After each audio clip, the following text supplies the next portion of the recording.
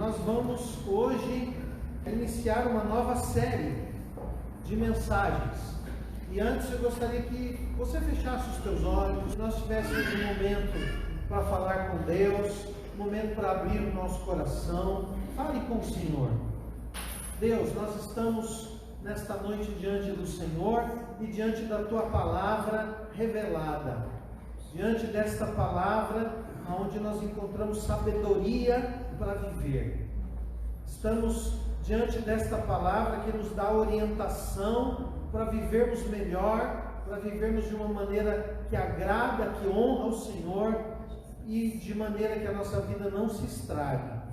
Por isso nós pedimos, Senhor, que o Senhor nos ajude, que a nossa atenção esteja na Tua palavra, que a nossa mente e o nosso coração estejam ligados no Senhor, estejam ligados com o Teu Espírito e estejam conectados com a palavra do Senhor, porque na palavra do Senhor nós encontramos vida para podermos viver cada dia. Por favor, nos orienta, por favor, nos instrui, por favor, transforma as nossas vidas, porque nós queremos honrar o Senhor.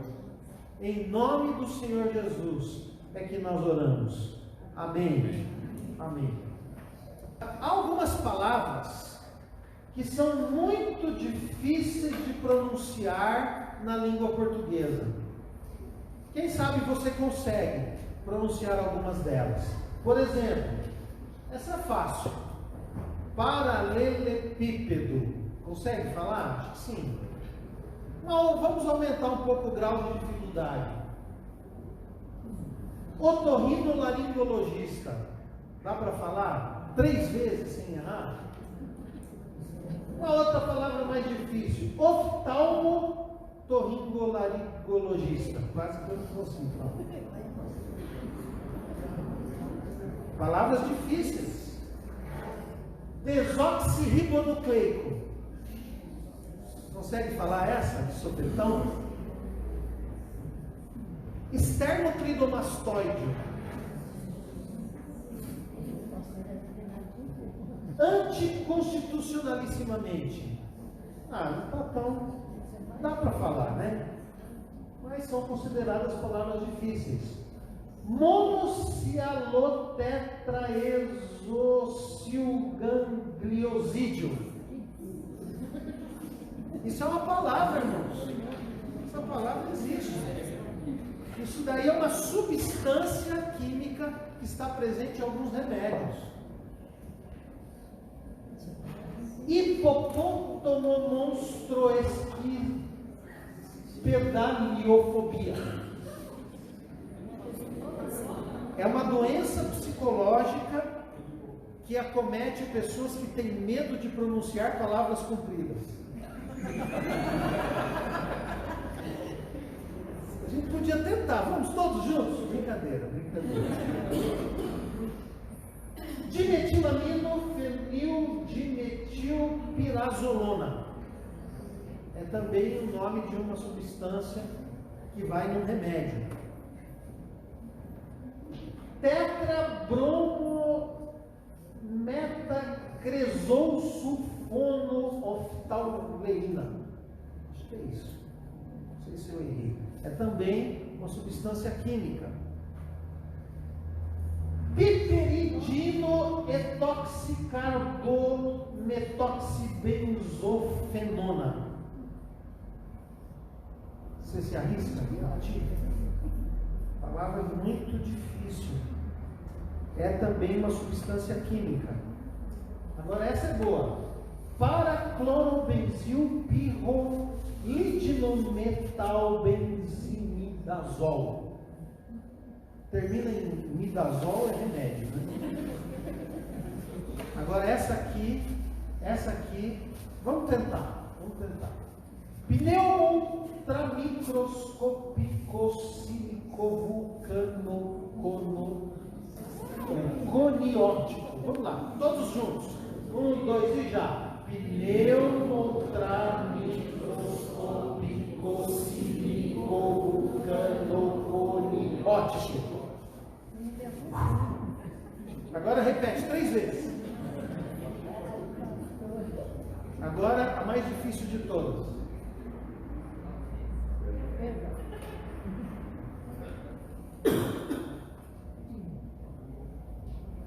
Essa palavra é difícil de falar. Eu acho que é a palavra mais difícil da gente falar na língua portuguesa. Perdão é um tema central do Evangelho. É um tema central da Bíblia. É um tema central da vida cristã. Mas é grande, muito grande o número de cristãos que não conhecem o ensino bíblico sobre perdão. E sabe o que acontece quando a gente não conhece o ensino bíblico sobre algum tema? A gente faz o que a gente acha que deve fazer. E nem sempre o que a gente acha que deve fazer é certo. Porque o que a gente acha que deve fazer sai da nossa cabeça. Mas o ensino bíblico é a revelação do Deus Todo-Poderoso para que a nossa vida funcione de acordo com a vontade dele e para que a gente possa honrá-lo. Em Mateus 22, 29, Jesus diz assim: errais não conhecendo as Escrituras. E esse errais quer dizer o seguinte: vocês pecam, vocês estão pecando, vocês estão desagradando a Deus por não conhecer a Escritura. Mas por que o perdão é tão importante? O perdão é importante porque não existe vida cristã sem perdão. Ou seja, nós podemos ser cristãos somente porque Jesus morreu na cruz em nosso lugar pelos nossos pecados para que Deus pudesse nos perdoar. Nós só podemos ser cristãos porque fomos perdoados por Deus, por causa do sacrifício de Jesus na cruz. Em segundo lugar, perdão é importante porque não há relacionamento com Deus sem perdão. É impossível uma pessoa se relacionar com Deus se ela não foi perdoada por Deus ou se ela não perdoa outras pessoas. Em terceiro lugar, o perdão é condição para sermos cristãos. Isso quer dizer o seguinte: uma pessoa que não perdoa, ela não pode ser um cristão. Ela está enganando-se a si mesma. Perdão é condição para você se tornar um cristão. Mas também há uma falsa compreensão do que o perdão seja. Então tem algumas coisas que as pessoas pensam que o perdão é, mas o perdão não é. Por exemplo, o que o perdão não é? Perdoar não é apagar a memória. Não é a mesma coisa. Não. Eu não consigo perdoar porque eu não esqueço. Uma coisa não tem nada a ver com a outra. Perdoar não é apagar a memória. Perdoar não é fingir que nada aconteceu. Perdoar não é sentimento. Às vezes a gente ouve a pessoa falando assim: pastor, eu não vou perdoar porque eu não senti de perdoar ainda. Presta atenção, perdão não é sentimento. E, em quarto lugar, perdão não é fácil. É difícil, para não dizer que perdão para nós é impossível. Você só consegue perdoar quando Deus pega na sua mão. Você só consegue perdoar de verdade quando o Espírito de Deus está agindo, está operando na sua vida. Então nós começamos hoje uma série, e o nome dessa série é Como Perdoar Quando é Difícil. Uma radiografia do perdão. E quais são os objetivos dessa série? Responder algumas perguntas. Quais as perguntas que nós queremos responder? Afinal de contas, o que é perdoar? Uma segunda pergunta que nós queremos responder nesta série: quando a gente tem que perdoar? Será que tem algumas coisas que a gente não tem obrigação de perdoar? Sim ou não? Em terceiro lugar, como perdoar uma pessoa quando é muito difícil? Porque aquela pessoa que fala, não, eu perdoo com facilidade, eu não tenho dificuldade nenhuma de perdoar. Gente, é mentira. Você está se enganando. A gente perdoa fácil quando a ofensa é pequena. Mas se você foi ofendido de verdade, profundamente, a maneira como você foi ofendido foi forte, eu quero dizer para você, não é fácil perdoar.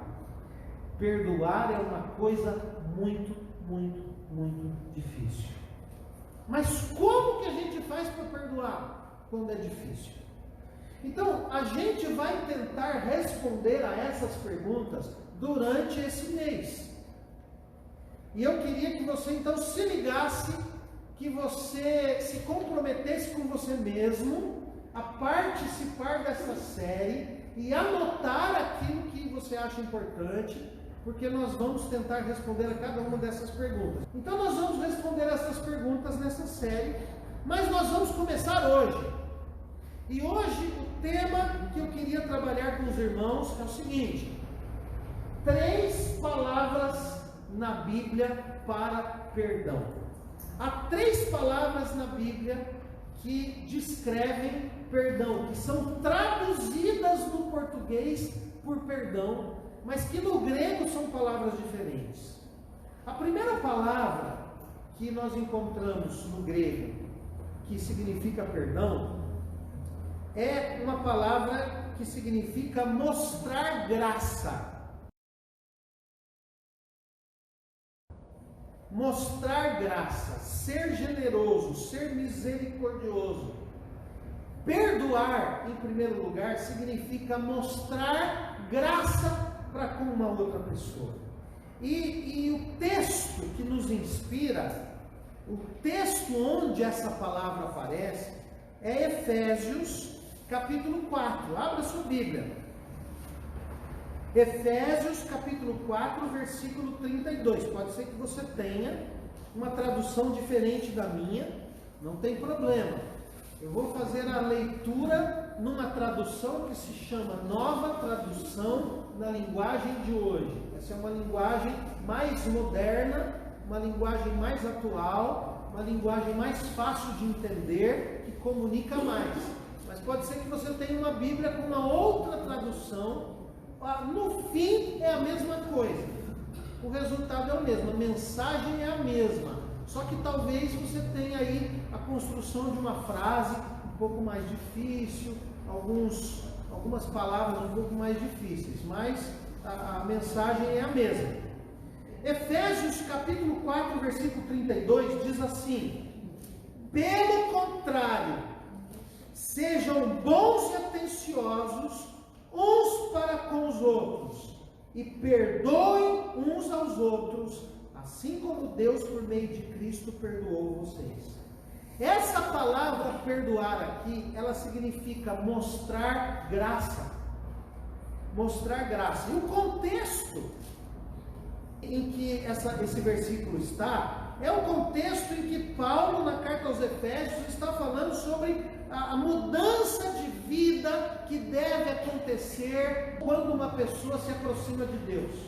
Quando alguém se torna um cristão, a sua vida se transforma de dentro para fora. Há uma mudança de vida. E Paulo, na carta aos Efésios, ele fala justamente sobre isso. Os 3 primeiros capítulos da carta aos Efésios nos falam de tudo que Deus fez por nós. E do capítulo 4 em diante, ele vai dizer o que é que nós devemos fazer em resposta a tudo aquilo que Deus fez por nós. E aí ele vai dizer, ele vai citar algumas coisas que nós devemos perdoar. Ele vai dar alguns exemplos de pecados que o nosso irmão comete contra nós, que nós devemos perdoar. Porque ele está falando de uma nova vida. Ele está dizendo o seguinte: vocês antes não tinham a Deus, e vocês viviam uma vida totalmente contrária à vontade de Deus. E ele vai dizer o seguinte: vocês precisam se despir dessa vida velha e se vestir, se revestir com uma nova vida. E essa nova vida, ela é vivida de acordo com a vontade de Deus, com os padrões de Deus, com os conceitos de Deus. E quando ele está explicando a natureza dessa nova vida, quando ele está explicando a maneira como aquele que se torna cristão deve viver, ele diz algumas coisas aqui, ele fala de algumas coisas que são resposta à graça de Deus. Deus concedeu graça a nós quando ele enviou seu Filho Jesus para morrer por nós na cruz do Calvário. E ao enviar essa graça, ele nos perdoa. Ele nos oferece o perdão através do sacrifício de Jesus. Você só precisa crer. Você precisa crer que aquela morte de Jesus na cruz não foi apenas uma morte comum, mas ele estava nos substituindo num castigo que a gente merecia por causa do nosso pecado, porque os nossos pecados ofendem a Deus. Os nossos pecados ofendem a santidade de Deus, porque Deus é santo. E nós merecíamos ser condenados. Nós merecíamos a morte eterna. Mas Ele nos amou. Ele entregou seu Filho. E o seu Filho Jesus foi à cruz para morrer em nosso lugar, para pagar a nossa pena, para receber o castigo que a gente merecia. E aí, quando nós cremos nesse sacrifício de Jesus, nós recebemos o perdão de Deus. E isso é graça.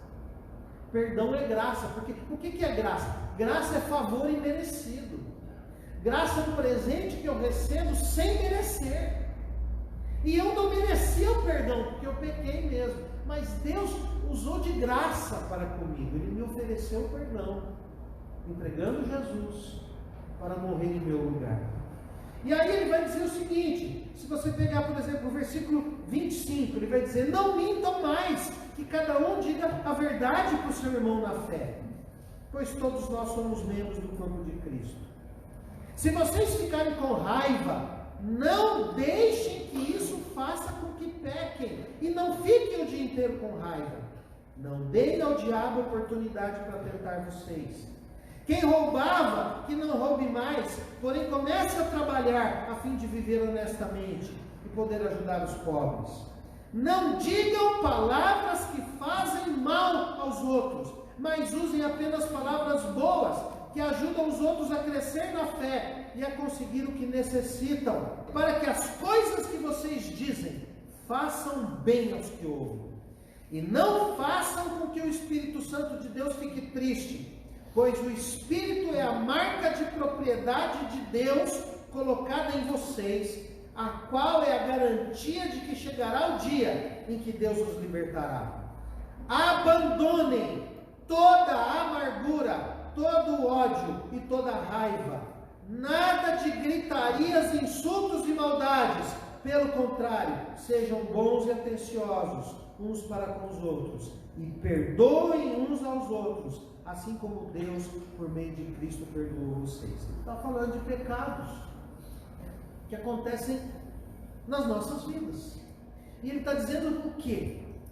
Ele está dizendo que nós devemos perdoar uns aos outros, porque Deus nos perdoou por meio de Cristo.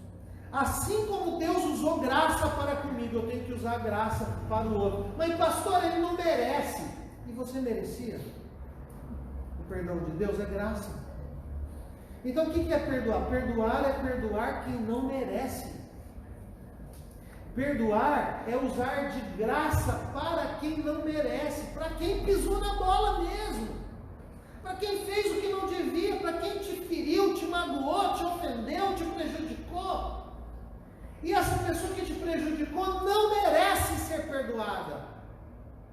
Mas Paulo está dizendo o seguinte: você também não merecia o perdão de Deus, mas Deus usou de graça, Ele perdoou você.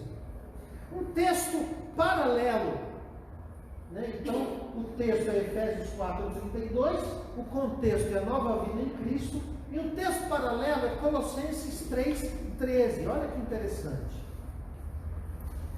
Em Colossenses, Paulo dá uma outra abordagem, mas ele fala dos mesmos temas de Efésios. O que ele vai dizer no versículo 13? Não fiquem irritados uns com os outros, e perdoem uns aos outros, caso alguém tenha alguma queixa contra outra pessoa. Assim como o Senhor perdoou vocês, perdoem uns aos outros. O que é isso? Graça. Graça. Você tem uma queixa. Por que a gente às vezes tem uma queixa contra uma pessoa? Porque ela pisou na bola com a gente. Eu estou chateado, eu estou magoado, eu estou amargurado, eu não quero olhar na cara, eu não quero mais conversar, eu não quero mais ser amigo, eu fui ferido, eu fui ofendido, eu tenho uma queixa contra aquela pessoa. E às vezes eu vou orar e eu falo, Deus, olha, se o Senhor viu, Deus, o que aquela pessoa me fez? Eu estou me queixando. Às vezes eu me queixo com o irmão, eu estou chateado porque o fulano, né? E aí tem que tomar cuidado, senão vira fofoca, maledicência. Em Colossenses, Paulo está falando do contraste da vida velha e da vida nova. Do contraste entre a vida velha e a vida nova. E ele vai falar em todo esse capítulo. Você pega, por exemplo, versículo 5. Portanto, matem os desejos deste mundo que agem em vocês. O que ele está dizendo? Você pode ser crente, mas os desejos deste mundo, eles vão agir em você. Você vai sentir coisas que você não gostaria de sentir. Você vai sentir coisas que não agradam a Deus, que não podem honrar a Deus, mas você vai sentir, porque você é pecador. E o que a gente faz com esse sentimento? Ele está dizendo o seguinte: você tem que matar esse sentimento dentro de você. E quais os exemplos que ele dá? Matem os desejos deste mundo que agem em vocês, isto é, a imoralidade sexual, a indecência, as paixões más, os maus desejos e a cobiça, porque a cobiça é um tipo de idolatria, pois é por causa dessas coisas que o castigo de Deus cairá sobre os que não lhe obedecem.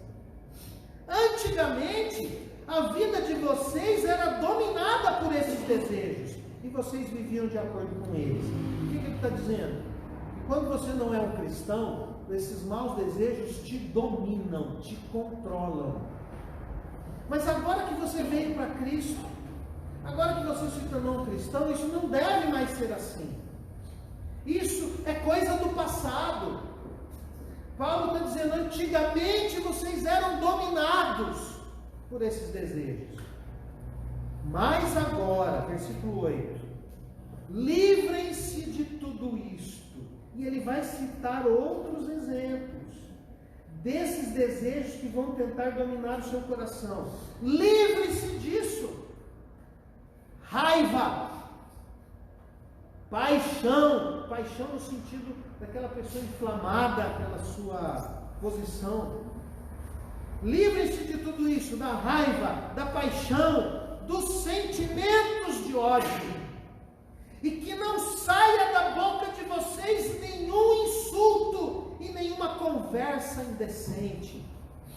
Não mintam uns para os outros, pois vocês já deixaram de lado a natureza velha com seus costumes e se vestiram com a nova natureza. Essa natureza é a nova pessoa que Deus, o seu Criador, está sempre renovando, para que ela se torne parecida com Ele, a fim de fazer com que vocês o conheçam completamente.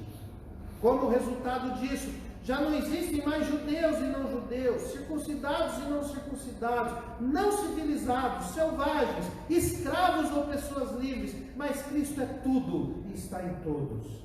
Vocês são o povo de Deus, e Ele os amou e os escolheu para serem dele. Portanto, vistam-se de misericórdia, de bondade, de humildade, de delicadeza, de paciência.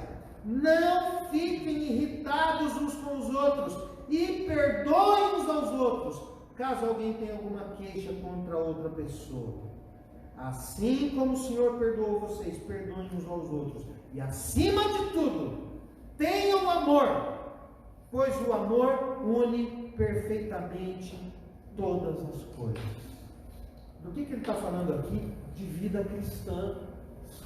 Ele está dizendo como é que é a vida cristã. Ele não está dizendo que o cristão se torna uma pessoa perfeita, que não comete mais nenhum erro, que não ofende ninguém, que não desagrada ninguém, que não perde a calma jamais. Ele está dizendo que essas coisas podem acontecer com a gente. Que essas coisas podem acontecer com você, lá na sua casa, com a sua família, com o seu marido, com a sua esposa, entre pais e filhos, e até mesmo no contexto da igreja. E ele está dizendo o seguinte: essas coisas precisam ser resolvidas. E como é que a gente resolve essas coisas? Primeiro, mate dentro de você esses sentimentos que não agradam a Deus.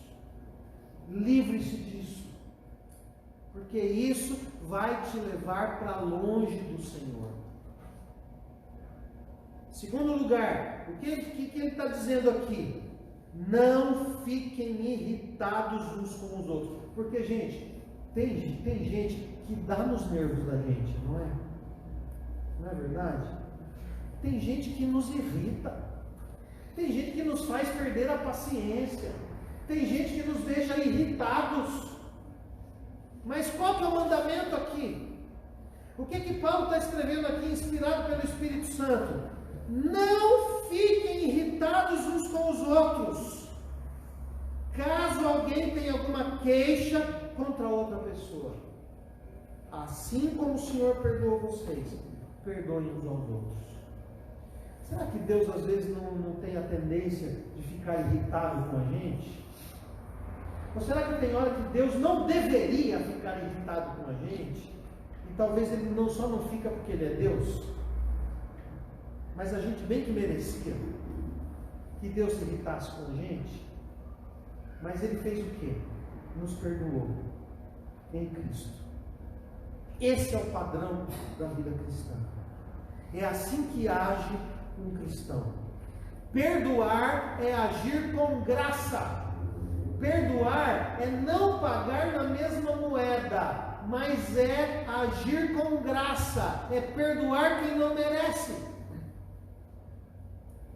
Porque perdoar quem merece, que benefício tem isso? Que objetivo tem isso? Que coisa demais você está fazendo. Nós recebemos graça, Deus nos perdoou. Quem foi perdoado deve perdoar. Quem recebeu graça, então tem graça para dar. Cristo nos perdoou, por isso nós devemos perdoar. A conclusão: perdoar é a nossa obrigação como cristãos. Se você é cristão, você tem a obrigação de perdoar. Mas aqui na Escritura tem uma segunda palavra no grego que é traduzida como perdão. E essa palavra, ela significa absolver. Perdoar é absolver uma pessoa, é libertar uma pessoa, é desobrigar uma pessoa. E o texto que fala sobre isso é Lucas capítulo 6, versículo 37. Não julguem os outros, e Deus não julgará vocês. Não condenem os outros, e Deus não condenará vocês. Perdoem os outros, e Deus perdoará vocês. Tem hora que a gente olha uma coisa que um crente fez e a gente fica horrorizado. Já ficou horrorizado com um crente? Já ficou horrorizado com um cristão? Você fala assim: meu Deus, como que pode ser um cristão fazendo uma coisa dessa? A gente fica horrorizado com o outro. Talvez você não faça a mesma coisa, mas você faz outra coisa igual. E está dizendo o seguinte: mesmo critério, Jesus está dizendo, você usar para julgar uma outra pessoa, Deus vai usar para julgar você. Mesmo critério. Mas ele vai dizer uma outra coisa: perdoe os outros e Deus perdoará você.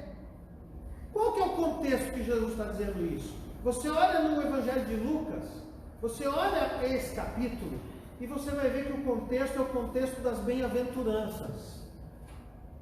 O Lucas, ele narra as bem-aventuranças mais resumidamente. Mateus destrincha, Mateus dá muito mais detalhes. Lucas é meio resumido aqui. Mas Lucas está dizendo o seguinte: que Deus vai nos julgar pelos mesmos critérios que nós usamos para julgar os outros. Porque, presta atenção, a gente sempre acha o pecado do outro pior que o nosso. A gente tem essa tendência. Por que a gente fica horrorizado? Porque a gente fala assim: eu não faria isso. Não faria isso, faria coisa pior talvez, mas isso não. Sabe o que é isso? Sabe o que significa quando a gente fala isso? Sabe o que significa quando a gente diz: isso que esse irmão fez é um absurdo, isso é um horror, isso eu não aceito, isso eu não faria. Sabe o que é isso? Orgulho. Orgulho. Porque eu inconscientemente estou achando que eu sou melhor que a outra pessoa. Porque eu estou dizendo que o que ela fez eu não faria. Isso é orgulho. E o orgulho precede a queda. O orgulhoso é aquele que vai cair de boca no chão. E nós precisamos vencer o orgulho na nossa vida. Nós precisamos parar de ficar horrorizados com os pecados dos outros e ter misericórdia dos pecados dos outros, assim como Deus tem tido misericórdia de nós. Porque nós temos cometido pecado, por mais que a gente tente não pecar, a gente peca. E olha, deixa eu ver aqui, não caiu raio na cabeça de ninguém essa semana. A gente bem merecia, mas Deus foi bom, Ele foi gracioso, Ele nos perdoou, Ele nos absolveu de uma culpa que a gente tinha, de um castigo que a gente merecia, por causa da maldade dos nossos atos. Ele nos absolveu. E o texto está dizendo o seguinte: você quer que Deus te absolva? Absolva as pessoas que te magoaram, te ofenderam, te feriram e pecaram contra você. Um texto que seria um texto de apoio é Mateus 6,14. Ele fala exatamente a mesma coisa. Ele vai dizer o seguinte: se você perdoa o seu irmão, Deus perdoa você. Se você não perdoa o seu irmão, Deus não vai perdoar você. Qual que é a conclusão que a gente tira disso? O perdão de Deus, ele é condicional. Você pecou? O que a gente faz quando peca? Se arrepende, vai confessar os pecados, não é? Vai confessar a Deus. E eu quero dizer para você: se tem alguém que você não perdoou ainda, perdoe, porque senão não adianta confessar. Deus não vai perdoar o seu pecado. Você vai permanecer em dívida com Deus. A sua comunhão com Deus vai permanecer interrompida, se você também não perdoou. Então o perdão é condicional. Deus espera eu perdoar para me perdoar. Mas a Bíblia tem uma terceira palavra que significa perdão, que é traduzida como perdão. E essa terceira palavra, ela tem o significado de abrir mão. Perdoar é abrir mão. Essa palavra aparece em Marcos capítulo 11, versículo 25 e 26. Qual que é o contexto dessa passagem? O contexto é a oração. E à medida que Jesus está falando de oração, Ele está falando de ofensa, de perdão e de receber perdão. Olha o que ele vai dizer. E quando estiverem orando, perdoem os que os ofenderam, para que o Pai de vocês que está no céu perdoe as ofensas de vocês. Se não perdoarem os outros, o Pai de vocês que está no céu também não perdoará as ofensas de vocês. Conclusão. O perdão é essencial para a comunhão com Deus. Uma pessoa que não perdoa o seu irmão, ela não pode ter comunhão com Deus. A sua comunhão com Deus está interrompida. Mas aqui também eu queria citar um texto paralelo, que é Lucas 17. Esse texto é muito interessante. E eu queria olhar um pouco mais a fundo esse texto de Lucas 17. Eu queria prestar atenção em alguns detalhes desse texto de Lucas 17. Vamos ler o texto, são apenas 10 versículos. Jesus disse aos seus discípulos: sempre vão acontecer coisas que fazem com que as pessoas caiam em pecado, mas ai do culpado. Seria melhor para essa pessoa que ela fosse jogada no mar, com uma grande pedra de moinho amarrada no pescoço, do que fazer com que um destes pequeninos peque. Tenham cuidado. Se o seu irmão pecar, repreenda-o. Se ele se arrepender, perdoe.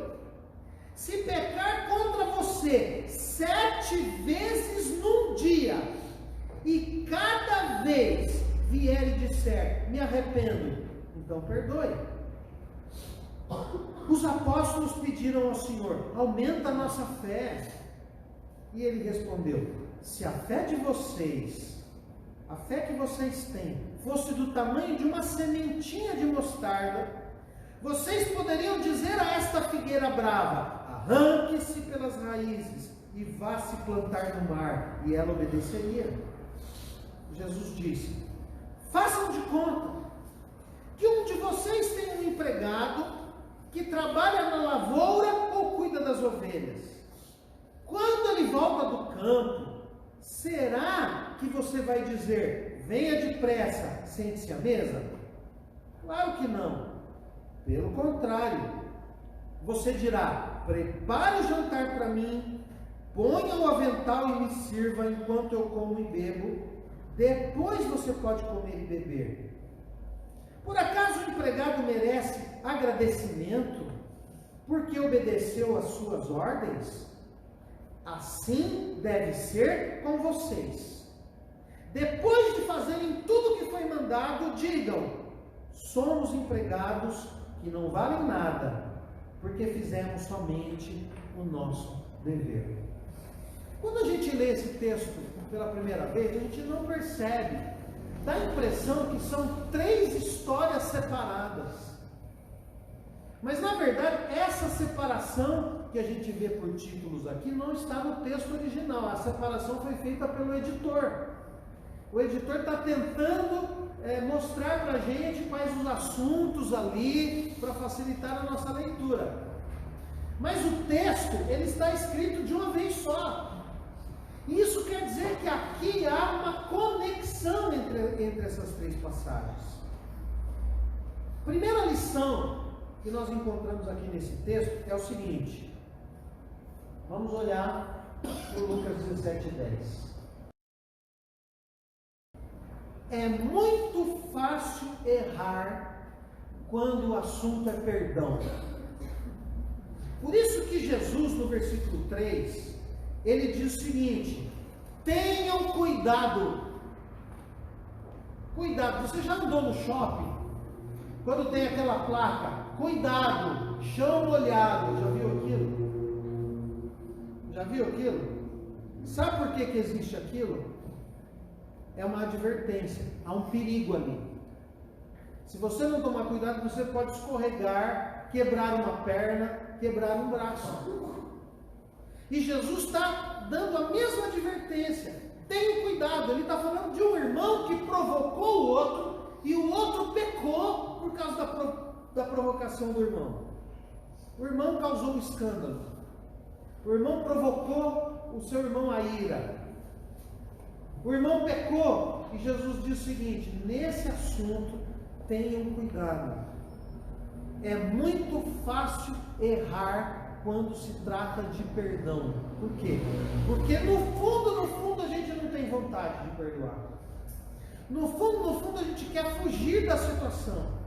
A gente quer fugir do irmão que nos feriu. A gente não quer encarar a situação. A gente não quer resolver o problema.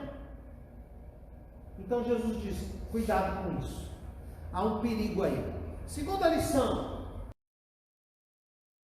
Jesus está dizendo o seguinte: aquele que foi ofendido deve procurar o ofensor.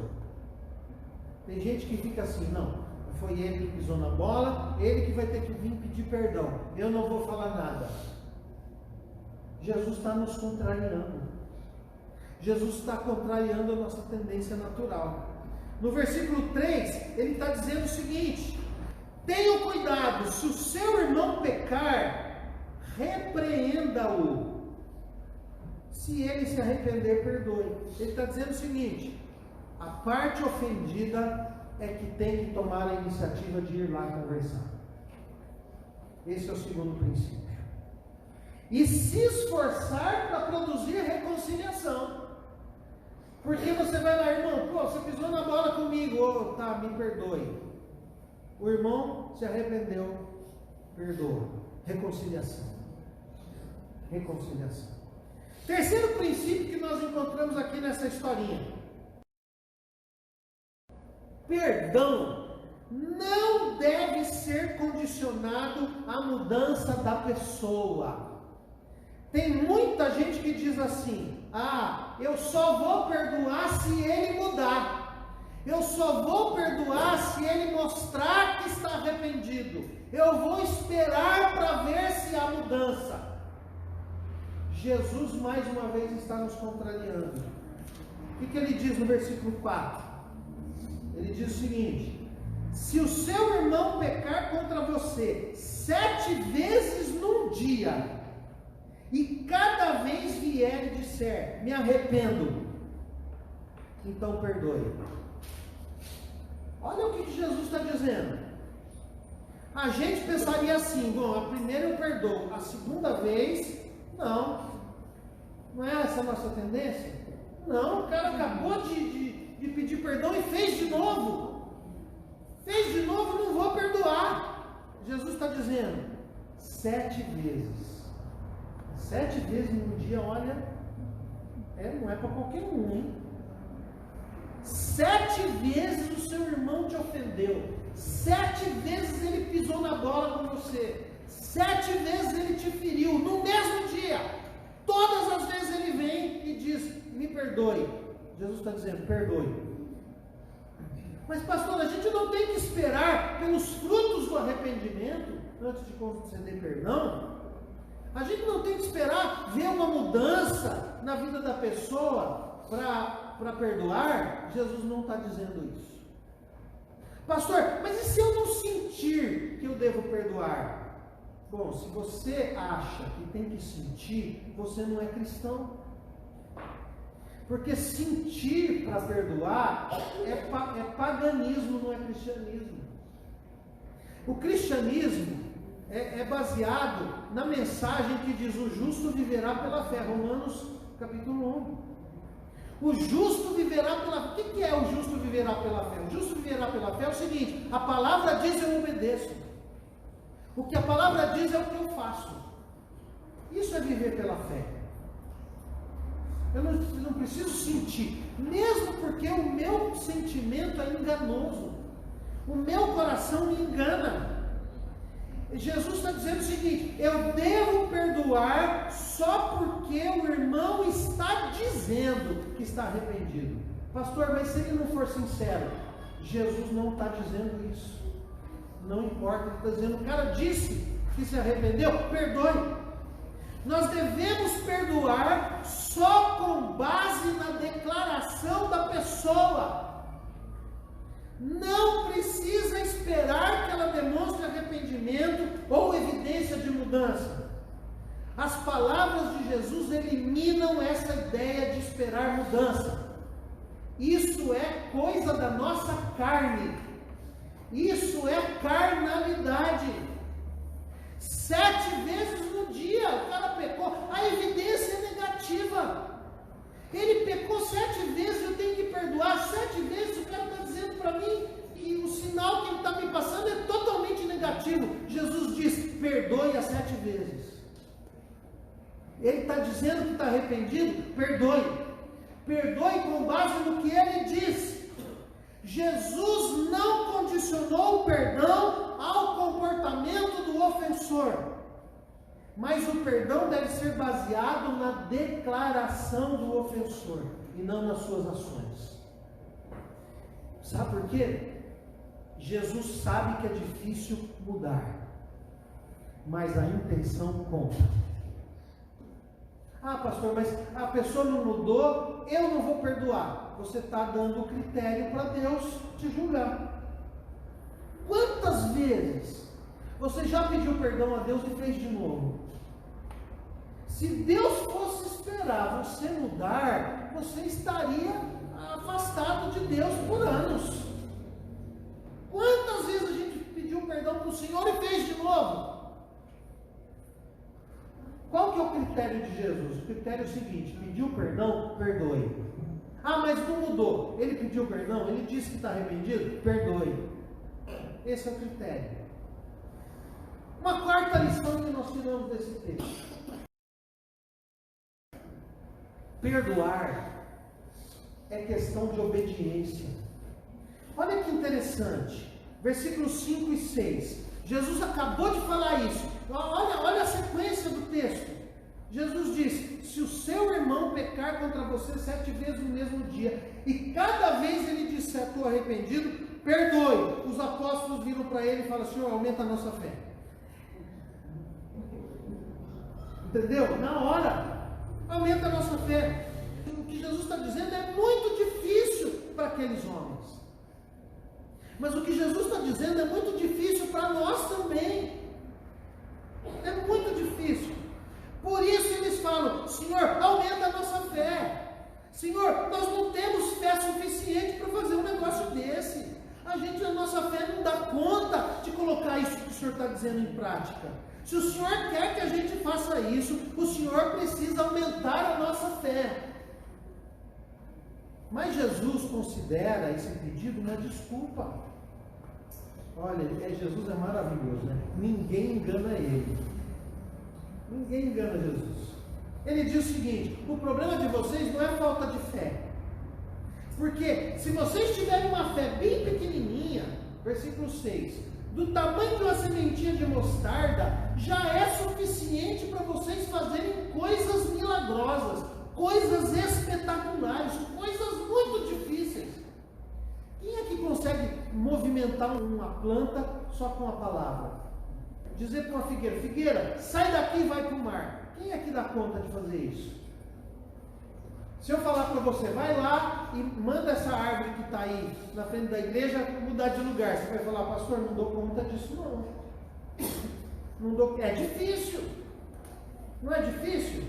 Jesus está dizendo o seguinte: se você tiver fé, você vai conseguir fazer coisas extraordinárias. O que vocês precisam não é fé, porque uma fé pequenininha dá para fazer grandes coisas. O que vocês precisam é obediência. O que vocês precisam é pôr em prática a fé que vocês já têm, parando de dar desculpas para não fazer o que Deus mandou fazer. Olha, irmãos, 7 vezes tem que perdoar, hein? Ah, Senhor, nós não damos conta disso não. O Senhor tem que aumentar a nossa fé. O problema de vocês não é fé, o problema de vocês é obediência. Não precisa aumentar a fé de vocês. Uma fé pequenininha dá para fazer grandes coisas com uma fé pequenininha. O problema de vocês não é falta de fé, falta de obediência. Então Jesus vai contar para eles uma história. Essa história que Jesus conta está ligado com o que Jesus está ensinando. E Jesus conta uma história para levar esses homens a pensar. Jesus conta para eles uma história que vai ajudá-los a entender o que Jesus está ensinando. Jesus conta a história de um homem. Ele até fala, imagina que você tem um empregado. Esse empregado trabalhou o dia inteiro na lavoura. Ou ele trabalhou o dia inteiro cuidando de ovelha. A ovelha corria, ele corria atrás de uma, de outra, fazendo isso, aquilo, lá, tirando o mato da lavoura. Trabalhou o dia inteiro. Esse cara chega em casa na hora do jantar. Como é que ele chega? Cansado e com fome, não é? Não é assim que às vezes você chega em casa do trabalho? Chega em casa tarde, de noite, cansado e com fome. E quando você está com fome, você não é você. Não é assim? O empregado chega e o patrão diz, vai lá, bota o avental, prepara o jantar, me serve enquanto eu como, depois você vai comer a sua comida e descansar. E eu pergunto para você, é fácil fazer isso? É fácil para esse empregado chegar em casa cansado, com fome, preparar a comida do patrão com fome, servir o patrão com fome? É fácil? É fácil? E Jesus então diz o seguinte, esse empregado merece algum agradecimento? Ele está dizendo, não fez mais que obrigação. Não fez mais que obrigação. É a obrigação dele servir o seu Senhor. É uma história sobre obediência. Na história, o empregado tem que fazer uma coisa difícil, mas necessária. Aonde que Jesus quer chegar com isso? Por mais difícil que seja, essa tarefa não merece agradecimento. Por mais que ela seja contra os seus sentimentos, cansado, com fome, o teu sentimento é servir o patrão? A sua vontade é servir o patrão? Ou a sua vontade é você comer e descansar? Por mais que você tenha que fazer uma coisa difícil, que é contrária à sua vontade, você tem que fazer porque é a sua obrigação. É isso que Jesus está dizendo. Era obrigação. Do que Jesus está falando? Jesus está falando de comida? Não, Jesus está falando de perdão. Jesus está falando de perdão. Perdoar é a obrigação do cristão, com vontade ou sem vontade. Eu não tenho vontade de falar com a pessoa. Eu não tenho vontade nem de ver. Eu não tenho vontade de pedir perdão. Eu não tenho vontade de reconciliar. Eu não tenho vontade de abraçar. Eu quero ir embora. Eu vou mudar de igreja para não ter que olhar na cara. Mas o que Jesus está dizendo? Se aquele empregado prepara a refeição, cansado, com fome e sem vontade, isso é difícil. Jesus está dizendo, do mesmo modo, mesmo que seja difícil perdoar a pessoa que te pede perdão 7 vezes no mesmo dia, é sua obrigação perdoá-lo. Fé e sentimentos não contam na hora de perdoar. É obrigação. É questão de obediência. Essa semana eu recebi uma frase que ficou latejando na minha cabeça. Muito interessante. Jesus discorda muito de mim. É por isso que eu tenho que negar a mim mesmo. Jesus discorda muito de mim. Tem muita coisa que eu penso, que eu acho, que ele vai dizer para mim, você está errado. Não é isso que eu revelei na minha palavra. eu tenho que negar a mim mesmo. Você tem que perdoar uma pessoa, e é difícil perdoar essa pessoa. O que ela fez, olha, arrebentou com você. Você tem que negar a você mesmo. Porque se você não nega a você mesmo, você não é cristão. Porque Jesus diz assim: se alguém quer ser meu discípulo, primeira coisa, a si mesmo se negue. O que é negar-se a si mesmo?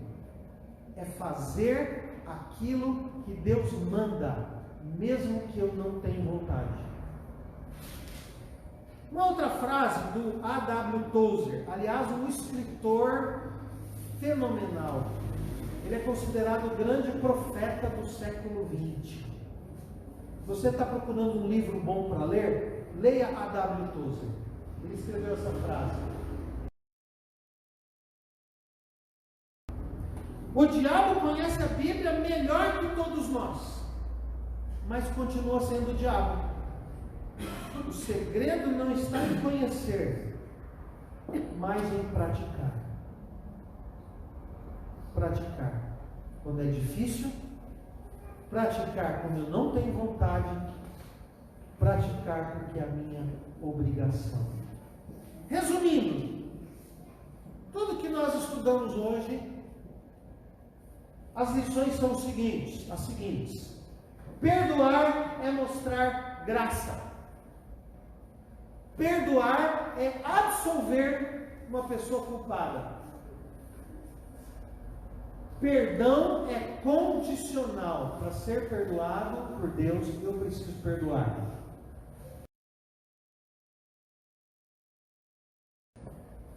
Perdoar é abrir mão. Abre mão da justiça. Abre mão da vingança. Abre mão de pagar na mesma moeda. Abre mão. Libera. Perdoar é essencial para a comunhão com Deus. Quem não perdoa, a comunhão com Deus está interrompida. O ofendido deve procurar a reconciliação.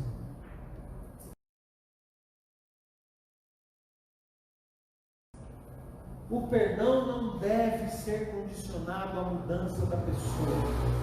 Se você está esperando uma pessoa mudar para você perdoar, você é carnal, você não é espiritual. Perdoar é questão de obediência, com vontade ou sem vontade. Perdoar é a nossa obrigação.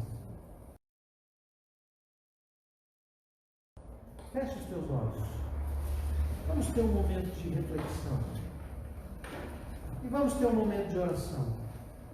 Fale com Deus.